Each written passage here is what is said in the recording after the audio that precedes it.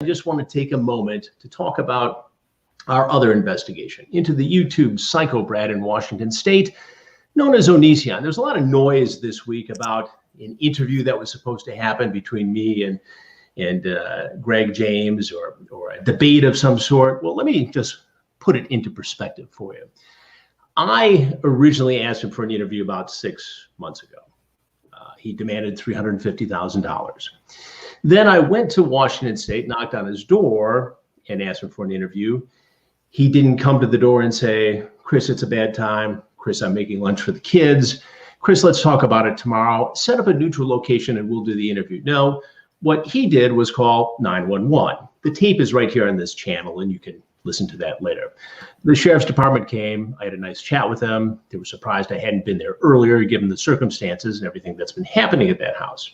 So fast forward 4 or 5 months, and all of a sudden he's in this manic phase of demanding an interview, and it's got to be done like in the last 5 days.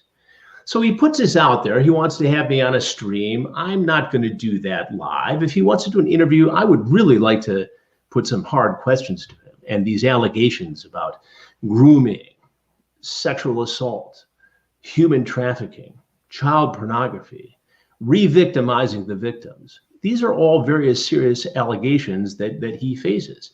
So I am back and forth with him through Mike Morris, a lawyer who's affiliated with the show. And it goes from a live interview, we're not going to do that, to a taped interview. And he says he would do it, but he's going to stream it live anyway. So this falls apart. He didn't want to really do an interview. He was trying to create an event, which is what he does. He lives in his own parallel universe. He's a narcissist, a predator.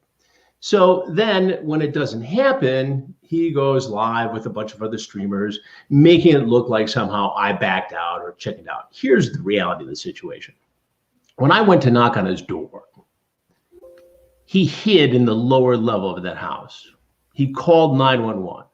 He didn't come to the door. He didn't address it. He didn't want to go face to face with a real reporter who would ask real questions. Now, why this manic move to do the interview now? Well, here's what I think.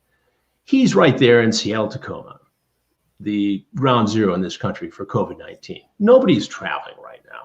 Nobody can get on a plane and do a face-to-face interview. So he knows that if he can make it look like he offered an interview to me and I didn't do it because it couldn't be face-to-face, which is the reality of it, or I couldn't do it and record it remotely without him live streaming it and making an absolute mockery of the whole thing, he knew I wouldn't do it. So then he can jump around to these different sites with different people who apparently, for whatever reason, support him in spite of everything, in spite of the evidence against him, in spite of the FBI investigation, and in spite of the sheriff's investigation. So there you have it.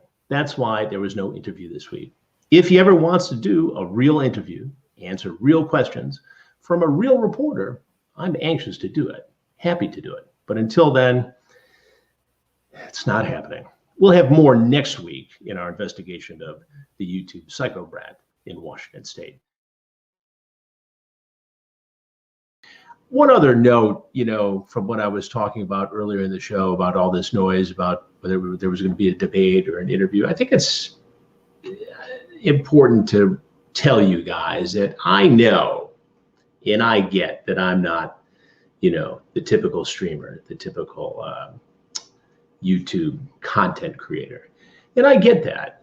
I'm a reporter and I go on YouTube because I have things I think that are important. And if you don't think they're important, that's fine. But I think there's a lot to do here, whether it's on these topics or what we did last night, taking a look at a number of different angles on the pandemic COVID-19. So I'm going to continue to do it. But, I look at it a little bit differently than some streamers. And I respect the way you look at it, and I just want you to respect the way I look at it. So you have a good night.